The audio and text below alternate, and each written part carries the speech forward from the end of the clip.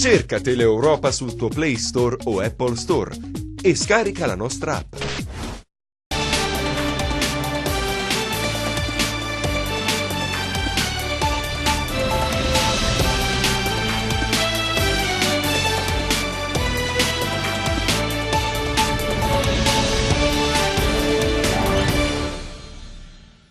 Buon pomeriggio, benvenuti a un nuovo appuntamento con Linea Rovente. Anche oggi un'interessante puntata dedicata all'alimentazione, alla nutrizione. In studio con noi ormai un amico, il biologo nutrizionista, il dottor Francesco Garritano. Benvenuto, dottore. Ciao Alessandra, ciao a tutti. L'argomento di oggi è la dieta antinfiammatoria, un argomento molto particolare soprattutto perché ci si chiede intanto che cos'è, di cosa si tratta, ma quello che ovviamente dobbiamo puntualizzare è che non è una dieta per tutti, non è una dieta che può diventare una moda, perché è una dieta molto specifica e mirata per determinate persone, quindi per alcuni possiamo definirli tranquillamente pazienti. Iniziamo quindi a spiegare di cosa si tratta. Che cos'è la dieta antinfiammatoria, dottore Garritano? Sì, bella domanda, perché effettivamente non è una dieta che ho pensato per tutti quanti, perché potrebbe essere una famosa moda del momento, come dicevi tu prima, ma una dieta per chi è affetto da tiroidite di Hashimoto. L'ho pensata all'inizio per questa patologia autoimmune, processo autoimmune su base infiammatoria, ecco perché il nome porta quindi dieta antinfiammatoria. Noi dobbiamo abbassare il grado infiammatorio in una persona affetta da questa patologia, che ti ricordo e ricordo a chi ci sta seguendo, purtroppo la tiroide di Hashimoto occupa il 30% di tutte delle patologie autoimmuni, occupa il 30%. Quindi non è una patologia piccola, e se mi lasci dire una cosa, è anche una patologia un po' trascurata, e quindi anche perché si tende soprattutto ad aspettare e non a intervenire subito, anche perché ricordiamo la differenza che c'è. Tiroidite di Hashimoto è un attacco autoimmune contro il self, contro la ghiandola tiroide, e la ghiandola tiroide può rimanere in una situazione di ipofunzionalità, può funzionare normalmente, mentre diversamente sono i casi, diciamo, delle disfunzioni tiroidee, cioè ovviamente ipotiroidismo, la ghiandola funziona di meno, iper funziona di più. Quindi diciamo che in questo caso quando la ghiandola funziona normalmente c'è questo attacco autoimmune. Troppo spesso ho visto, almeno dalla mia esperienza, che tu ben sai, faccio studio da Milano fino a giù, fino a Catania, toccando tutta l'Italia, vedo spesso un temporeggiare da parte dello specialista. Quando ci sarà la disfunzione della ghiandola, quando questi anticorpi, questa infiammazione sarà tale per cui la ghiandola verrà compromessa, allora si potrà intervenire. Io dico no. Aspettate un attimino, bisogna farlo prima che i killer anticorpi, che sono due nella tiroidite di Hashimoto, gli anticorpi antitireoperossidasi e gli anticorpi antitireoglobulina. Quindi questi sono i comuni, sono le altre due cose per chi ci sta seguendo quando uno fa gli esami del sangue, accanto al TSH, l'FT3 e l'FT4 che mi vanno a guardare la funzionalità della ghiandola, ci sono anche questi due anticorpi che sono diciamo, specifici per identificare un po', insieme poi anche al quadro anamnestico e insieme anche all'ecografia, servono a identificare se c'è questa patologia o meno. E molto spesso, ahimè, il dato, almeno i dati statistici, parlano di un 30% della popolazione che ha una positività per questi anticorpi.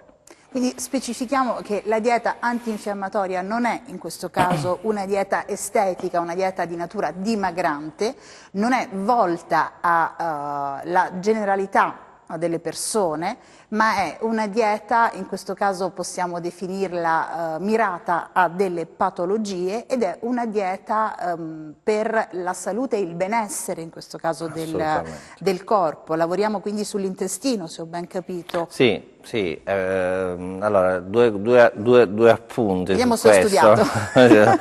Bravissimo sull'intestino, perché le patologie autoimmuni partono da lì.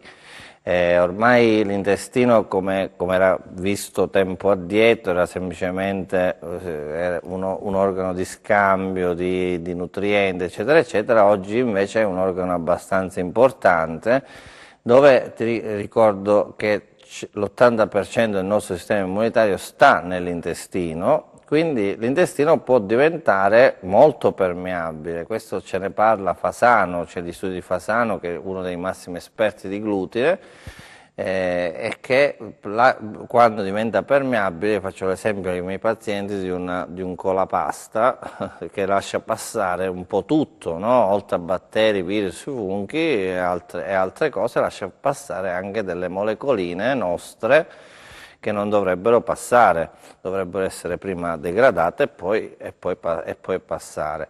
Invece passano inalterate, e da lì si genera l'attacco autoimmune, perché questo sistema immunitario può andare in tilt se c'è soprattutto un caso di disbiosi, di infiammazione generale, e questo sistema immunitario, questi nostri soldatini che stanno nell'intestino, invece di attaccare ciò che diciamo è non self, attaccano il self, che è la tiroide. Quindi in questo caso parte la patologia, quindi la tiroidite di Hashimoto.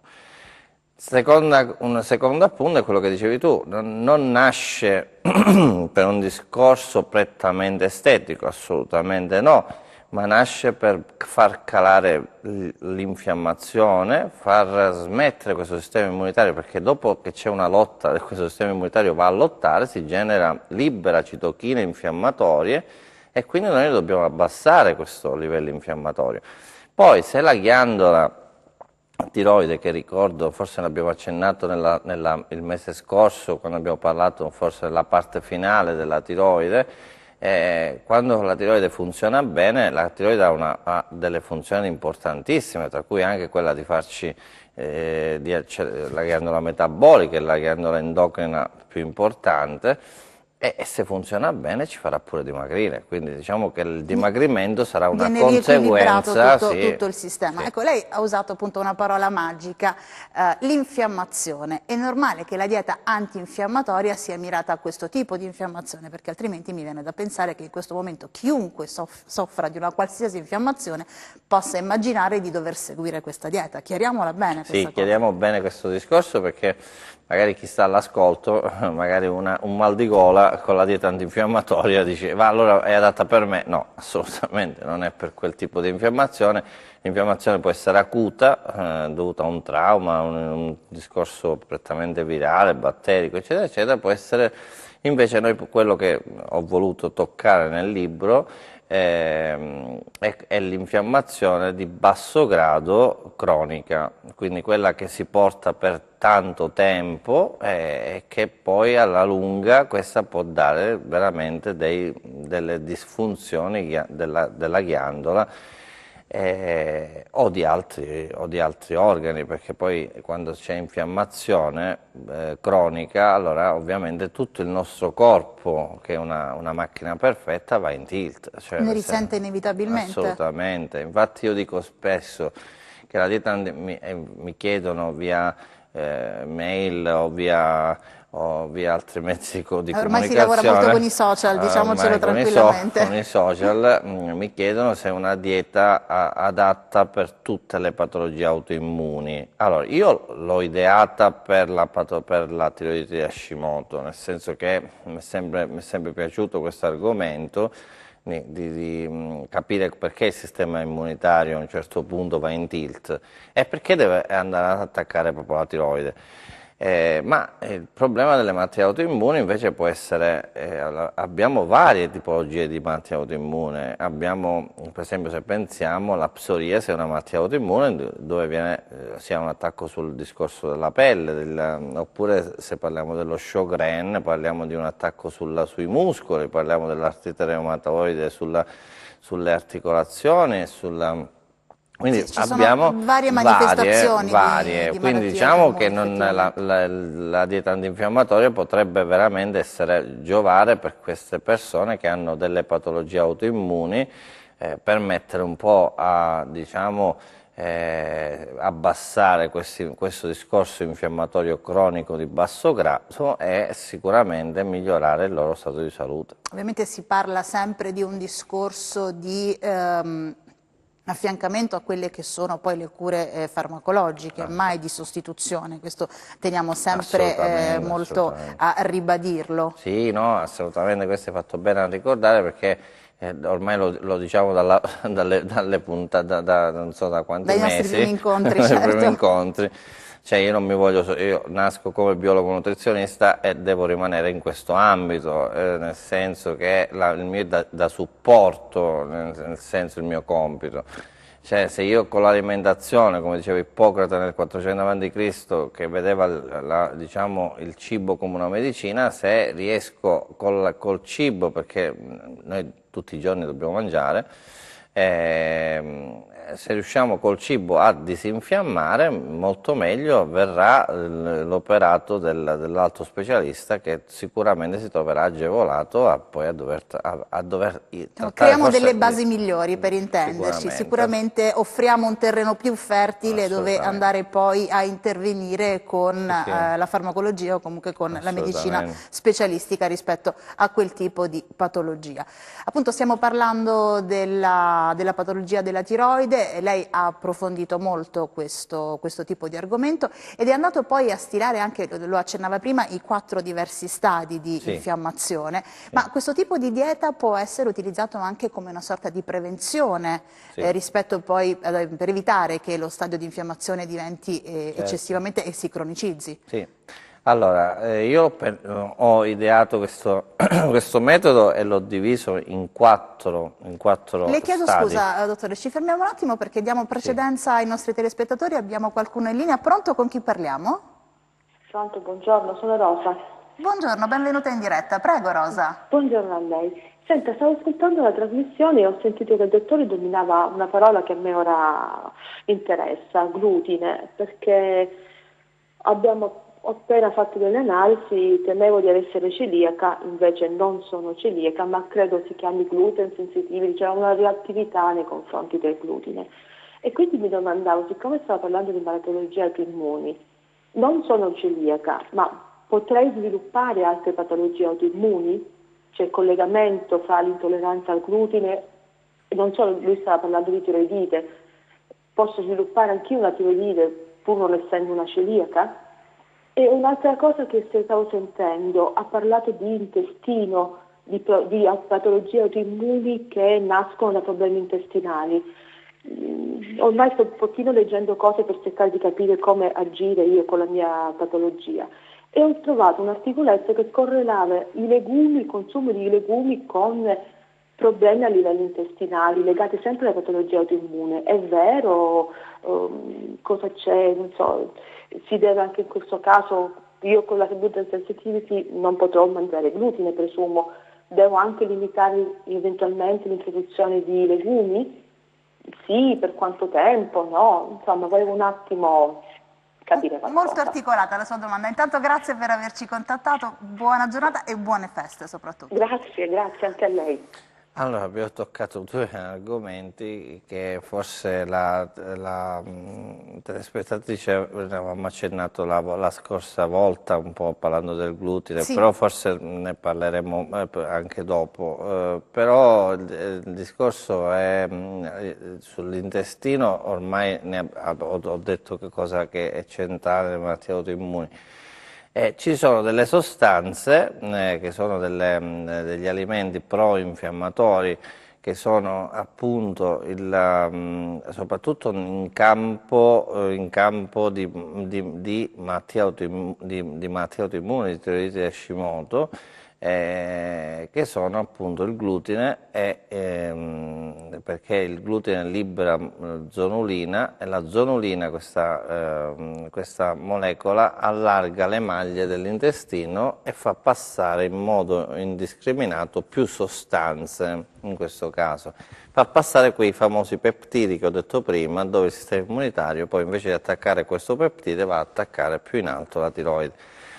Qua mi riallaccio sempre a quello che ho scritto nel libro, mettendo la frase degli studi di Fasano, perché sul libro ho messo molta bibliografia, perché è un libro basato su tanta ricerca fatta, non è un libro nato così, ma c'è basato su molta ricerca che ho messo sia finale che delle stesse pagine.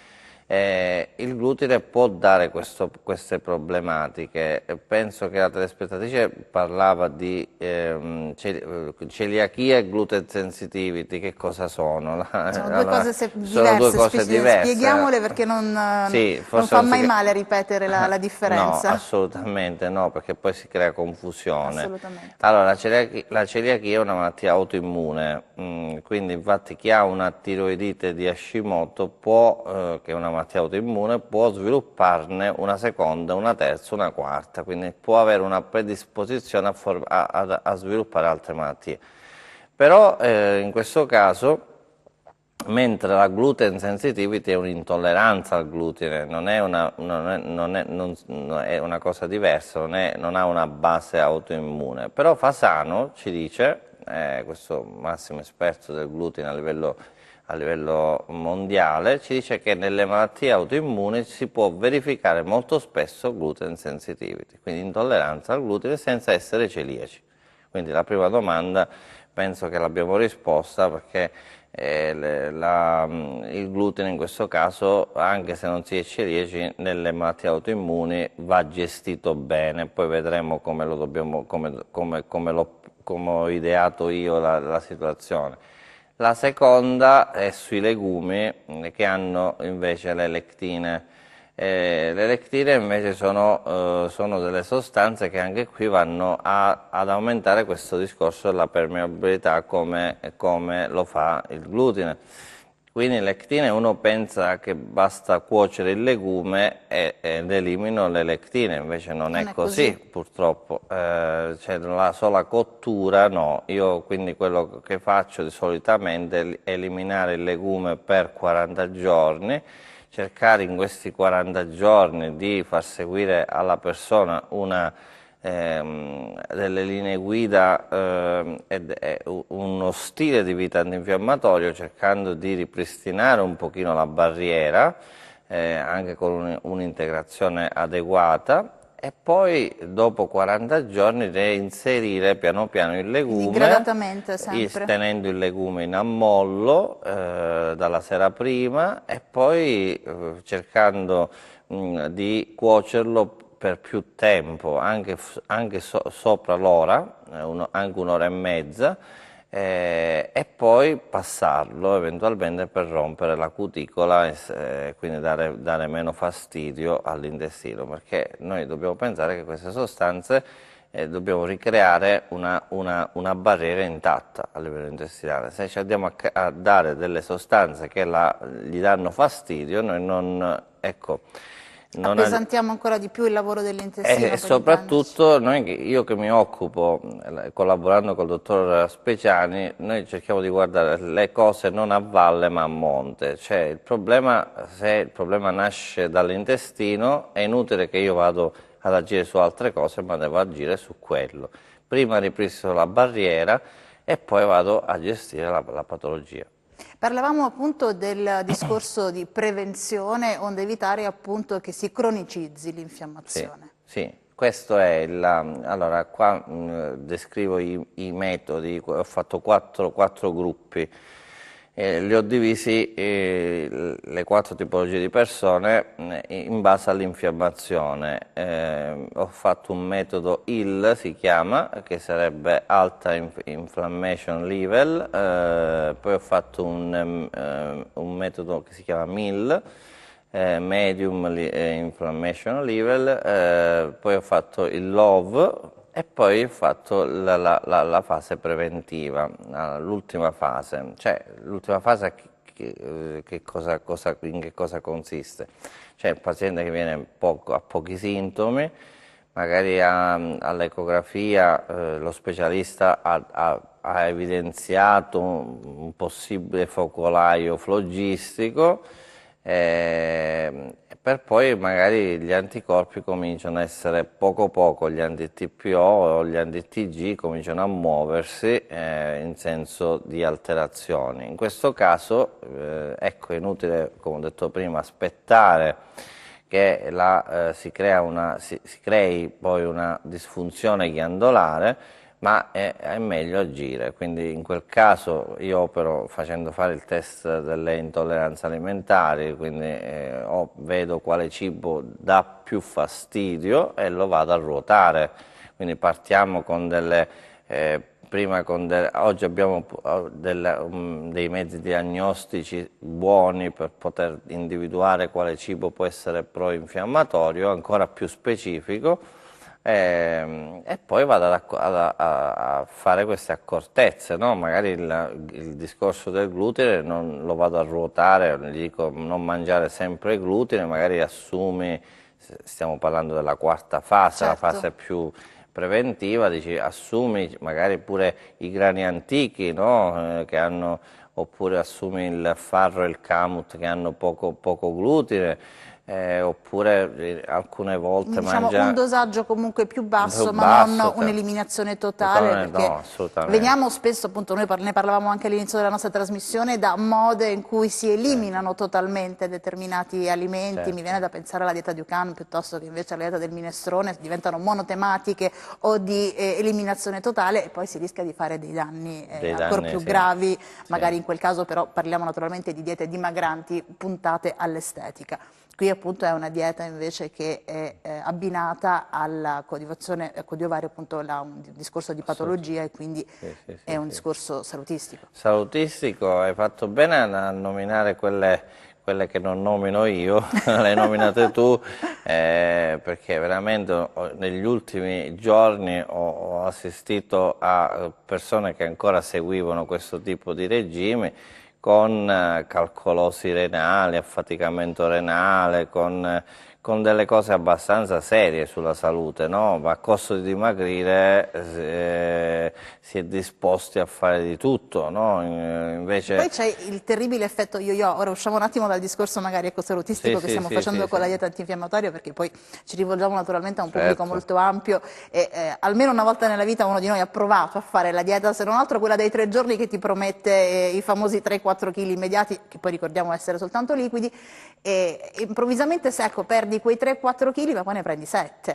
Sì, l'effetto yo-yo è un effetto devastante, tant'è vero che poi alla fine ricordo sempre, per far capire bene l'effetto yo-yo, che ci sono degli studi che l'effetto yo-yo può determinare eventi cardiocoronarici, quindi attenzione, che poi hai detto bene, sono solo liquidi, però il corpo che fa la sorta di fisarmonica, no? Che sale e scende col peso, non è che sia proprio la situazione ottimale questa cosa qua.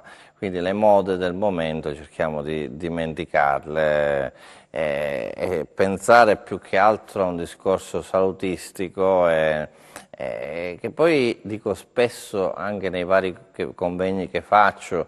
Se tu rimetti a posto il tuo organismo, gli fai condurre uno stile di vita sano, non ti devi più preoccupare perché il dimagrimento sarà un atto diventa una cosa normale che va una da frase bellissima che purtroppo non è mia, ma il dimagrimento prima guarire poi dimagrire. Cioè che significa? prima guariamo, poi dimagriamo. Questa è una frase non mia, però è una frase che mi sento dire che dobbiamo imparare a metterla in pratica. Ci fermiamo per qualche istante di pubblicità, restate con noi, fra un po' entreremo nel vivo della dieta antinfiammatoria.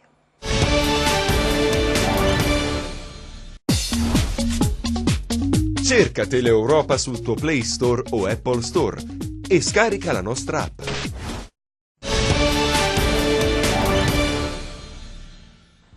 Bentornati in diretta, stiamo parlando della dieta antinfiammatoria legata naturalmente a delle patologie ben specifiche. Lo stiamo facendo con il biologo nutrizionista, il dottor Francesco Garritano. Dottore Garritano, entriamo nello specifico proprio della dieta antinfiammatoria, iniziamo a parlare di quegli alimenti che sono nocivi proprio a chi soffre di queste patologie e quindi vanno magari ad aumentare lo stato di infiammazione dell'organismo. Allora, ce ne sono diversi, purtroppo anche di uso comune, per esempio abbiamo parlato prima del glutine, il glutine per esempio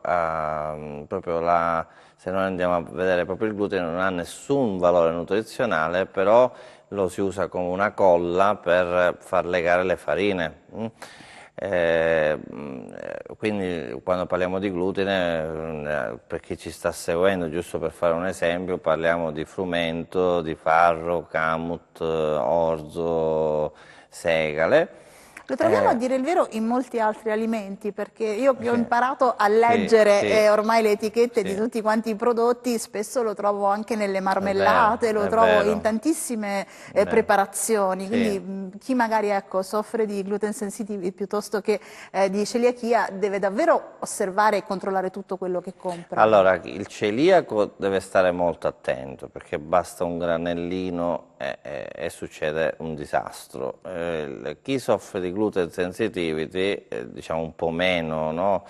Il famoso traccia di... potrebbe non nella passare persona, diciamo un po' più inosservato. Nel celiaco no, Col celiaco no. Anche perché si va sulla contaminazione, quindi sul celiaco assolutamente no. Però ho scoperto essere insomma quasi dappertutto. Sì. Purtroppo tracce può contenere, quando scrivono sui prodotti, può contenere tracce di soia, glutine e tutto il resto, sì, dobbiamo stare un po' attenti. Però i cereali senza glutine, oggi la fortuna ce ne sono tantissimi, ma la natura ce ne ha fornito tante.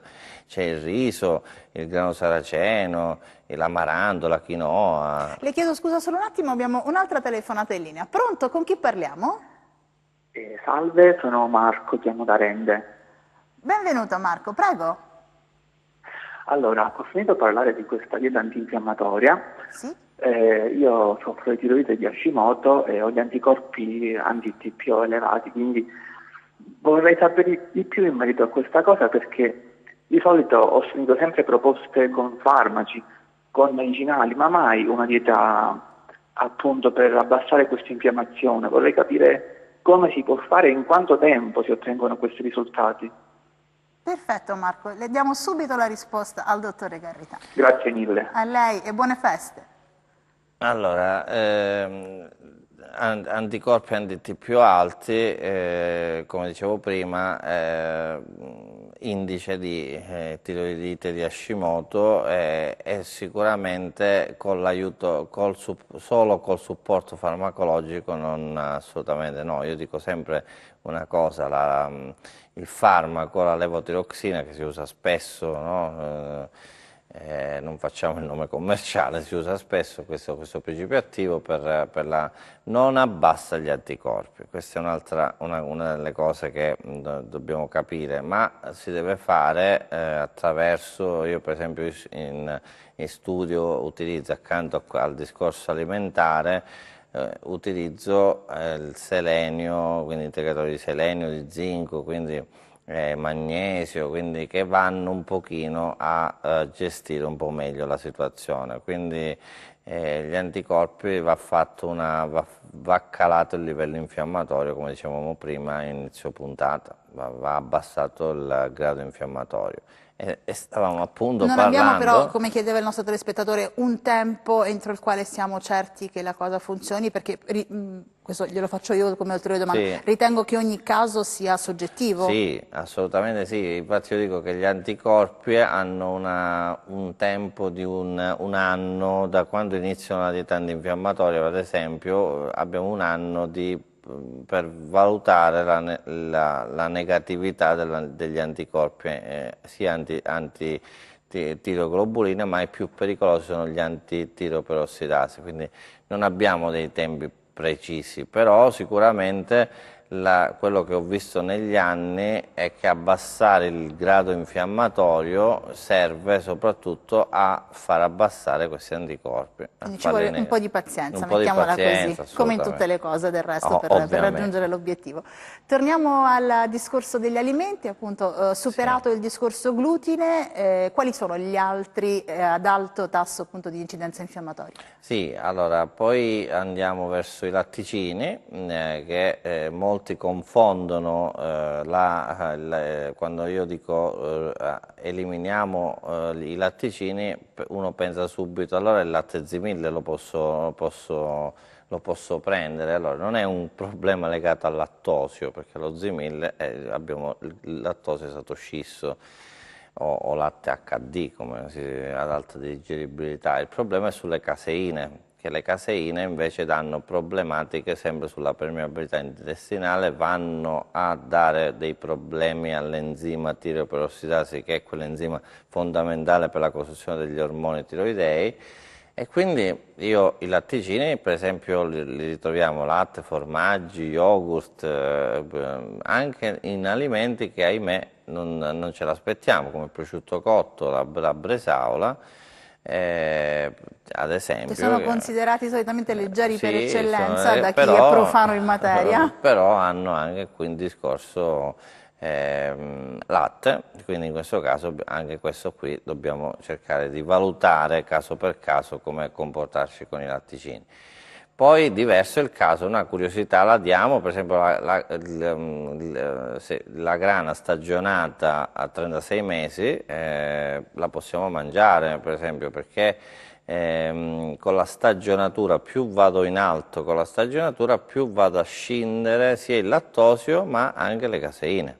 Quindi se io... sono inversamente proporzionali, sì. più è stagionato il formaggio più si abbassa la percentuale, il numero di caseine. Poi altre sostanze note sono la soia, il mais, ma del mais non c'è uno studio, non ho trovato uno studio che è direttamente, diciamo, contro la tiroide, ma assolutamente no, ma il mais OGM, quindi modificato geneticamente, non è più il nostro mais, quello ancestrale che usavano gli indiani d'America ad esempio, ma il mais è tutto cambiato. Altre cose che abbiamo trovato in letteratura, per esempio è la melissa, quindi uno si fa, per esempio ho trovato molte persone con la tiroide di Hashimoto che si facevano la tisana alla melissa. La melissa la melissa addirittura la uso al contrario, è un rallentante del discorso tiroideo. Nell'ipertiroidismo utilizzo per esempio la tisana alla melissa che invece rallenta l'attività tiroidea. Altri sono i semi di lino, altre cose. E poi vado con delle rotazioni, per esempio faccio ruotare di solito la frutta secca per un mese, ma poi valuto caso per caso, no? Faccio ruotare i legumi, come abbiamo detto, per una sorta di 40 giorni e poi faccio allontanare almeno per 2 mesi le solanacee, che ricordo a chi ci sta seguendo sono le patate, i pomodori, i peperoni, le melanzane, il pepe, il peperoncino. Praticamente tutto quello che mangiano i calabresi. Questo che mangiamo noi, sì, praticamente è tutto tipico, che sono estremamente infiammatori per la mucosa sempre intestinale. E il discorso carni? discorso carne dobbiamo cercare di Perché anche lì noi, insomma, soprattutto Sì, con le carni rosse, non è che cerchiamo- ce le facciamo mancare. no, le carni rosse sono un po' prossidanti, e quindi io dico semplicemente limitiamo il discorso delle carni rosse, ma il problema delle carni rosse l'ho già affrontato tempo fa, perché non è tanto il problema è il problema di quello che mettono nella carne, sono gli estrogeni, sono gli antibiotici, quindi è lì il pericolo, non la carne In di sé per per sé. sé. Una bella chianina, diciamo, è ottima, diciamo, come carne. Ci sono poi le domande che si pongono, diciamo, soprattutto le telespettatrici in questo momento all'ascolto, se magari cuociono correttamente i cibi. Sì. Quindi qual è il metodo di cottura più idoneo in una fase appunto di dieta antinfiammatoria? Sì, allora evitare praticamente le cotture, le fritture, ma penso che questo diamo una notizia detta e ridetta. Ci fermiamo un secondo, abbiamo un altro telespettatore in linea. Pronto, con chi parliamo? Buongiorno, sono Antonella da Corigliano Calabro. Buongiorno, prego. Volevo chiederle se la presenza di metalli pesanti nel corpo influisce sulle infiammazioni e se possiamo fare qualcosa Perdoni, può ripetere la domanda con un po' più di lentezza, perché credo che il dottore non abbia compreso. La presenza di metalli pesanti nel corpo metalli possa pesanti? Possa influire nelle patologie del corpo. Sì, assolutamente sì. I metalli pesanti, io li faccio spesso dei test come il mineralogramma, test epigenetico, vedo specialmente nelle zone più ad alto rischio. Per esempio io visito a Taranto, dove c'è l'Ilva, purtroppo lì troviamo alti tassi di metalli pesanti, e sinceramente poi quando vediamo dei casi di... Intanto ringraziamo la nostra telespettatrice per averci chiamato, credo che è ancora in contatto con noi. Grazie e buone feste. A voi. Altrettanto. Sì, è sicuramente un corpo pieno di metalli pesanti, sicuramente non è un corpo funzionante alla perfezione, quindi sicuramente, come dico, è un corpo super infiammato. Quindi in questo caso,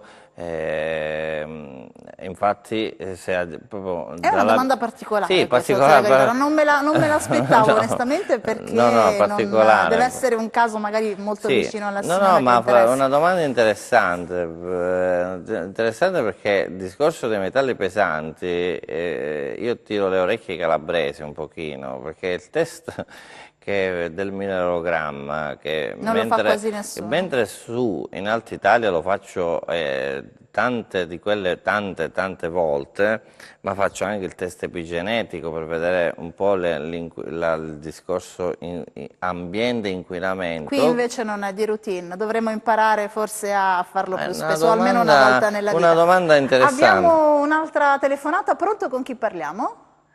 Sì, pronto? Sono Giuseppe D'Ascola e chiamo da Cosenza. Benvenuto, prego. prego. Una domanda al dottore, volevo sapere, per quanto riguarda di diete detox, in questo caso parliamo di diete, diciamo, per il fegato disintossicanti, volevo sapere se possono pregiudicare la salute, come vanno fatte, un poco qualche consiglio.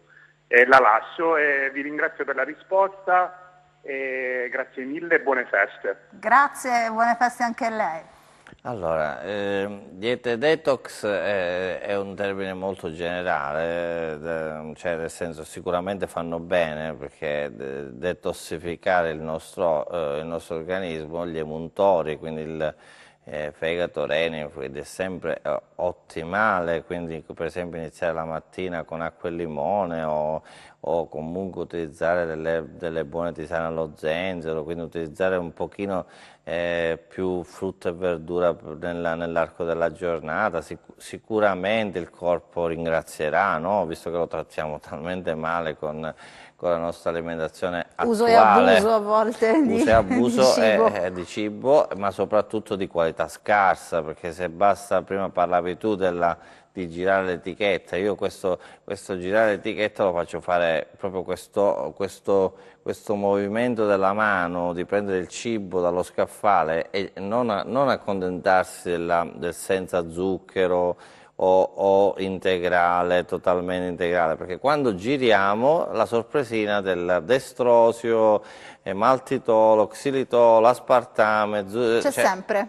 troviamo sempre le sorpresine. Sono ormai compagni di viaggio che non ci abbandonano più. E quelli generano infiammazione, quindi sicuramente mangiare del cibo buono è veramente salutare, fa bene alla salute, no? Quindi stare attenti, avere la consapevolezza di mangiare bene. Quindi la dieta detox, una dieta detossificante sicuramente è ottima. Infatti nella dieta Va fatta periodicamente, secondo lei, nel corso dell'anno? Ci sono dei periodi in cui bisogna sottoporsi a una... Sì, sicuramente va fatta dopo sovraccarichi, ad esempio alimentari. Quindi tipo gennaio, ci stiamo avvicinando a un periodo blu. Ma anche dopo l'Immacolata, sicuramente dopo il periodo che sta avvenendo, dopo il weekend, sicuramente andrà fatta. Ma la dieta detox è all'interno della dieta antinfiammatoria, cioè nel senso che non vedo due cose diverse, nel senso che la dieta antinfiammatoria disinfiamma, la dieta Credo detox... che probabilmente il nostro telespettatore si riferisse magari a una detox, non in questo caso mirata a una patologia come appunto la dieta antinfiammatoria, okay, ma una detox generica soltanto per una persona che abbia voglia magari di condurre uno stile alimentare più sano e che non sia magari affetto da una patologia. Allora in questo caso la risposta è ultra sì, nel senso adottiamo queste diete. Questa buona abitudine quantomeno di dare respiro al nostro intestino, mettiamola così. Ogni tanto diamogli sollievo. Ma più che intestino in questo caso facciamo respirare bene le nostre cellule, no? Come noi respiriamo, per far capire alla persona che mi sta di fronte quando faccio le visite, dice anche le cellule devono respirare, quindi in questo caso è importante trattare bene tutto l'organismo e le nostre cellule di cui siamo fatti. Stavamo parlando appunto dei metodi di cottura, dicevamo le fritture in maniera molto limitata, come è giusto che sia, perché insomma fanno notoriamente non troppo bene al nostro organismo, e invece prediligiamo che tipo di cottura per i nostri cibi? La frittura ogni tanto ci può stare, cioè non è che dobbiamo demonizzare tutti, fatte con un buon olio d'oliva, extravergine d'oliva, perché ha un punto di fumo alto, diciamo la nostra forza, che in Calabria l'olio extravergine d'oliva, no? Fatto ogni tanto ci può stare. Poi ovviamente cerchiamo di evitare invece gli oli vegetali che sono presenti anche nei prodotti che andiamo a comprare oggi nei supermercati, no? L'olio di girasole comprato all'interno di un latte di riso, latte di avena, sono pieni di questi qua che sono super trattati, industrializzati, e quindi appesantiscono ma... Abbiamo un'altra telefonata. Pronto, con chi parliamo? Salve, sono Andrea, chiamo da Cosenza. Benvenuto Andrea, prego. Intanto volevo fare complimenti al dottore per quanto riguarda il libro, ho visto e sembra molto interessante, presto lo comprerò.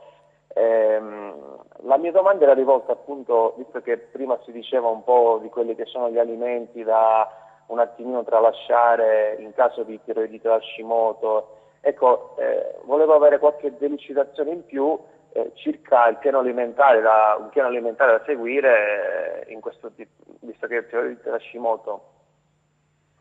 Quindi diciamo cercare di capire cosa mangiare? Sì. Ok, sì, facciamo un esempio pratico. Grazie intanto Andrea per averci chiamato e buone feste. Grazie a voi. Allora, la domanda è abbastanza particolare perché il piano va individualizzato moltissimo, ecco, non possiamo generalizzare. Mai comprare per esempio il libro e fare da soli, andare sempre dal professionista che deve leggere le informazioni acquisire informazioni e poi cucirlo addosso alla persona. Ecco, questo prima cosa che sia chiaro, che non è che uno prende il libro, ecco, come la Ducan e trova diciamo lunedì questo, martedì quest'altro, non funziona così. Assolutamente no, perché qua parliamo di salute, lì parliamo di un altro discorso che lasciamo stare, non mi voglio dilungare su questo argomento, ma questo va veramente cucito addosso. Allora, sicuramente Le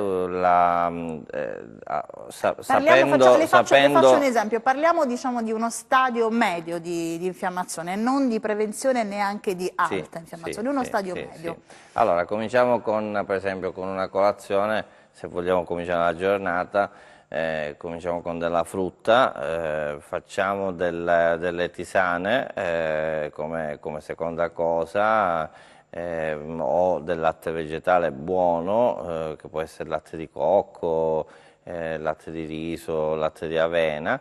Possiamo metterci dei buoni fiocchi d'avena pure all'interno della bevanda vegetale e poi concludere con il buon ovetto al mattino che ci dà tanta di quella forza e comunque energia e comunque ci fa bene anche a livello dell'intestino, quindi usiamolo un po' di più. Quindi frutta, fonte liquida, abbiamo detto la fonte del carboidrato e la fonte della proteina. Il pranzo deve essere sempre un pranzo equilibrato, il pranzo deve essere sempre fatto con il carboidrato, che in questo caso, se abbiamo parlato di media infiammazione, parliamo di un riso integrale, magari lo teniamo in ammollo. Io preferisco i cereali in chicco rispetto alle farine e dico sempre ai miei pazienti di tenere in ammollo sempre il cereale, anche se questi dalla sera prima, anche perché si abbassa il livello di cottura, quindi si cuoce si cuoce prima, e quindi usare il riso, la quinoa, l'amaranto, il grano saraceno, quindi possiamo usare tanti tipi di cereali. Questi cereali poi abbinati a del pesce, abbinati a delle uova, a del salmone, contornati poi dalle verdure che, a parte quelle che ho detto prima, delle solanacee, pomodori, peperone e melanzane, che per 2 mesi vengono un po' allontanate dall'alimentazione per poi essere reintrodotte, quindi si può fare un bel pranzo tripartito, quindi fatto sempre con la tripartizione, preceduto ad esempio prima con delle crudité. Io faccio usare delle carote, dei finocchi e queste cose qua prima del pasto. La stessa cosa la cena, invece la cena la vado ad alleggerire, la vado a fare un po' più leggera, ma proprio come struttura della mia impostazione di dieta, quindi partendo da crudité. Poi mi regolo se ancora continuare ad utilizzare un po' il carboidrato, sicuramente in piccola più dose rispetto a quello del pranzo, usare delle proteine. Ovviamente se ho utilizzato proteine tipo la carne a pranzo, utilizzo il pesce o viceversa, no? Quindi vario un po' la situazione, e poi sempre con delle verdure, quindi il piano alimentare, diciamo, si può articolare in questo modo. Ma possiamo utilizzare tantissime cose, come dicevo prima, no? Chi vede la dieta antinfiammatoria come una dieta ristretta, di restrizione soprattutto, assolutamente non è di restrizione, perché si mangia il triplo. Infatti una cosa che ho scritto dopo che ho detto quello non lo puoi mangiare, quello lo devi ruotare, uno dice: e allora che mangio adesso? Faccio la fame? No, assolutamente no. La fame, ecco, questo ci tengo a chiarire, questo concetto, che la tiroide non ha bisogno, non gradisce la fame. Più io gli do da mangiare, cioè più il corpo è nutrito sia a livello proteico che calorico, energetico e tutto il resto, più la tiroide si attiva, e se si attiva la tiroide questa ghiandola endocrina funziona meglio, quindi la fame non è il punto della dieta antinfiammatoria, ma bisogna mangiare e mangiare in modo diversificato e con molta varietà. A proposito di fame di mangiare, siamo quasi in chiusura di trasmissione, adesso la faccio uscire un attimo dal discorso della dieta antinfiammatoria perché siamo a ridosso proprio di quello che potremmo definire un lungo weekend a tavola, perché domani è vigilia della festa dell'Immacolata, poi c'è il giorno dell'Immacolata e poi la domenica, che da buoni calabresi non è che poi la domenica ci si faccia mancare il pranzo. Quindi 3 giornate importanti dove appunto si mangerà tanto. In 30 secondi, da lunedì detox per tutti? Sì, sicuramente detox per tutti, ma cerchiamo di mettere diciamo il buon senso, come dico io, e quindi cerchiamo di non esagerare, cerchiamo di sfruttare più l'attività fisica in questi giorni, cerchiamo di assaggiare un po' di tutto, ma senza grosse privazioni. Perfetto, grazie mille ancora per essere stato con noi, dottore Garritano, grazie ai nostri telespettatori che anche oggi ci hanno preferito, come sempre io vi auguro un buon proseguimento di giornata in compagnia della Rete.